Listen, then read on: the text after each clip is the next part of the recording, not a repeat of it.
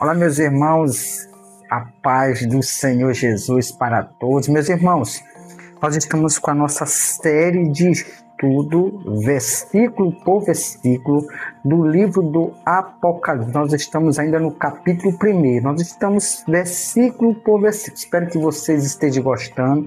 Se você estiver gostando, deixa um likezinho lá ao assistir, deixa um likezinho aí, fortalece o canal, seja divulgada para mais e mais pessoas que precisam ouvir a palavra de Deus. Às vezes eu fico um pouco a pensar como um cristão assiste conteúdos da parte de Deus e não deixa um likezinho aí, enquanto que outras coisas que engrandece, enaltece o ódio, a raiva, a inveja, engrandece praticamente o próprio inimigo da nossa alma, né? Aí a pessoa às vezes deixa um like, comenta. Eu não estou desabafando com vocês, mas eu fico às vezes a pensar como é que um cristão consegue acompanhar um conteúdo cristão e não deixa um like, mas para outras coisas que engrandece o inimigo das nossas almas, ele deixa um like dizendo que gostou. Por isso fica essa reflexão para vocês, tá bom? Não um desabafo, mas uma reflexão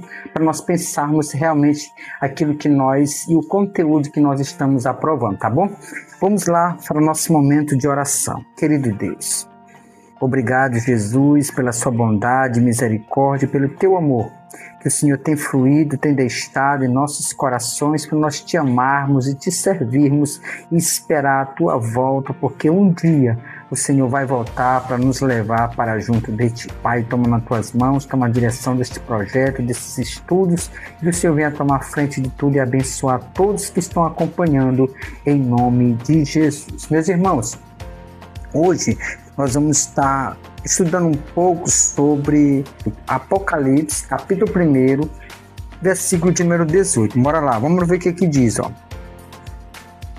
Eu sou o que vivo, fui morto, mas estou vivo para todo sempre e tenho as chaves da morte e do inferno. Jesus é que está falando estas palavras, é o próprio Jesus está falando para João o que estava acontecendo com ele. Então, meus queridos, quando Jesus fala estas palavras, eu queria separar eles em 4 pontos. Primeiro, eu queria separar eu sou o que vivo. Segundo, eu quero separar fui morto. Terceiro, que eu quero separar estou vivo para todo sempre. E o 4º ponto, tenho as chaves da morte e do inferno. Então nós vamos por ponto. Primeiro ponto, eu sou o que vivo. A morte não me venceu. Quando ele fala que ele está vivo, é que ele está dizendo que ele significa que ele é a própria vida. Por isso é que ele fala para João que ele é a própria vida. Ou seja, é o mesmo que ele está dizendo para João. Eu vivo eternamente. É como se ele estivesse dizendo para João, eu vivo eternamente, tá bom? Segundo ponto, fui morto. Quando ele fala fui morto, ele não está falando espiritualmente, não. Ele está relembrando para João o episódio ocorrido com ele quando ele viveu ainda na terra como homem, carne, sentia dor, sentia fome e sentia sede, sentia necessidade do descanso. Apesar que, se nós lermos de Gênesis ao livro do Apocalipse, do início ao fim da Bíblia, nós vamos perceber que quando Jesus ele nasce, dificilmente a Bíblia fala que Jesus dormiu, a não ser um episódio onde Jesus estava descansando em um barco quando uma tempestade vem e os discípulos ficam com medo, assustados. O que eles fazem? Eles correm até a polpa do barco e acorda Jesus. Jesus levanta e vai e repreende, não os discípulos por ter chamado, ele repreende a fúria do vento e do mar e gera bonança. Ou seja, esta parte bíblica mostra que Jesus em um momento estava descansando e por isso é que ele fala para João, fui morto, ou seja, ele relembra aquilo que ele passou na cruz do Calvário. Ele lembra João o que ele passou humanamente, levado à morte na cruz. Ele está dizendo para João, me mataram humanamente, carne. Ele pode ter matado a carne dele, porque ele estava também humanamente, mas ele ressuscita ao terceiro dia. Por isso que ele está lembrando João, porque ele fala primeiro, eu sou o que vivo. Segundo, ele diz, fui morto. Essa questão morte é uma morte física que aconteceu aqui na terra. Para quê? Para que seja pago por mim e por você os nossos pecados. Jesus levou sobre si, através do ato da cruz, da morte na cruz, Jesus, ele paga o preço da nossa liberdade, ele paga o preço daquilo que nos aprisionava para toda a eternidade, tá bom? Então, por isso que ele lembra João do sofrimento da cruz que passou. Outro ponto importante, estou vivo para todo sempre. Então, ele fala para João que a morte não venceu ele ali, mas a morte, ela não venceu ele. Ele vence a morte, tá bom? É que Jesus, quando ele ressuscita para toda a eternidade. Jesus vem à terra, paga o que tem que ser pago e vai ao céu. Para quê, Morlando?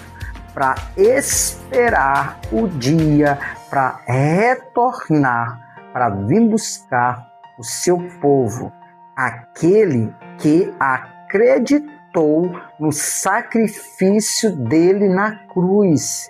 Não vem buscar aqueles que zombam, aqueles que o desprezam, aqueles que o chamam de historiador, aqueles que o chamam de um revolucionista, aqueles que o chamam de simplesmente um profeta, aqueles que simplesmente não aceitam ele como filho de Deus. Essas pessoas, infelizmente, eles não estarão para sempre com o Filho de Deus. Então, se você ainda vive nessa situação, eu aconselho, seria bom que você reconhecesse que Jesus é o Filho de Deus que veio a este mundo para vencer a morte e viver para toda a eternidade. Por isso que ele fala, estou vivo para todo sempre. Outra coisa importante que ele fala no versículo 18, ele diz para João, eu tenho as chaves da morte e do inferno. Essa expressão chave e essa expressão morte e essa expressão inferno, a chave significa autoridade, a chave significa controle, ou seja, quem tem a chave pode abrir e pode fechar quando quiser. Então Deus declara através de Jesus que nas mãos dele ele tem todo o poder. Se ele quiser abrir a porta para nós entrarmos, nós vamos entrarmos. Se ele quiser fechar a porta e não deixar ninguém entrar, ele pode fazer isso. Eu vou dar um exemplo aqui, você me recorda, lá no Antigo Testamento, quando Deus falou através de Noé, para Noé construir uma arca, e esta arca serviria para abrigar os animais e abrigar ele e a família dele, e quem quisesse, acreditasse naquilo que estava sendo construído, poderia ter acesso. Mas, infelizmente, a população da época não creu, não acreditou naquilo que Noé pregava, e quando chegou o dilúvio, que a água começou a subir, que o povo voltou correndo para a arca para tentar entrar, não porque acreditava, foi porque o desespero deles gerou isto. E o que Deus fez? Deus fechou a porta da arca. Não foi Noé que foi lá e trancou com maldade, não.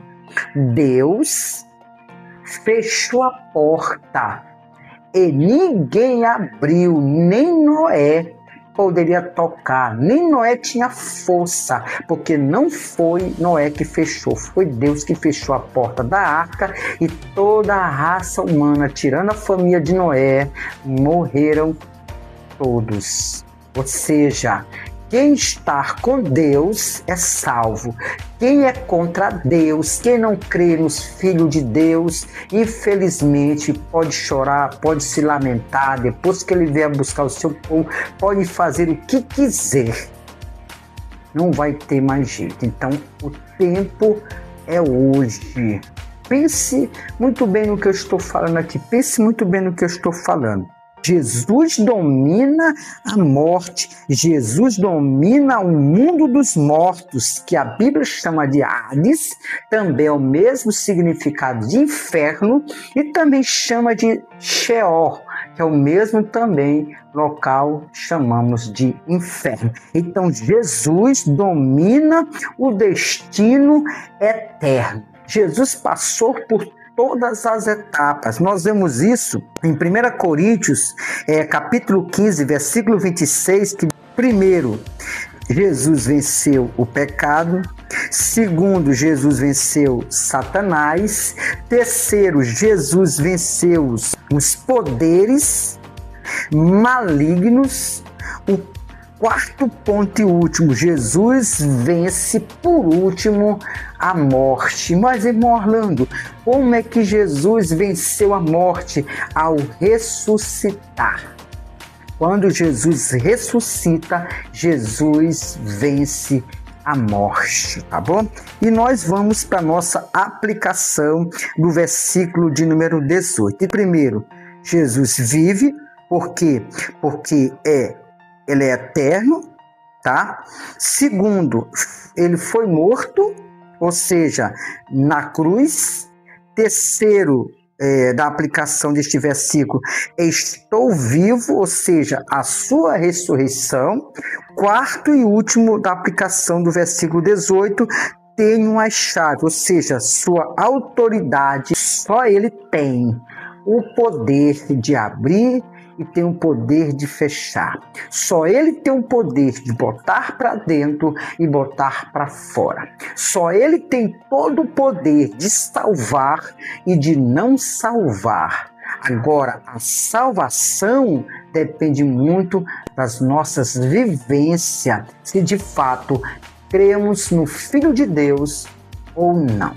E não acredita no Filho de Deus, você pode estar correndo sério risco de não adquirir aquilo que Deus tem para os homens, tá bom? Que Deus abençoe, espero que você goste, fique na paz, paz para todos.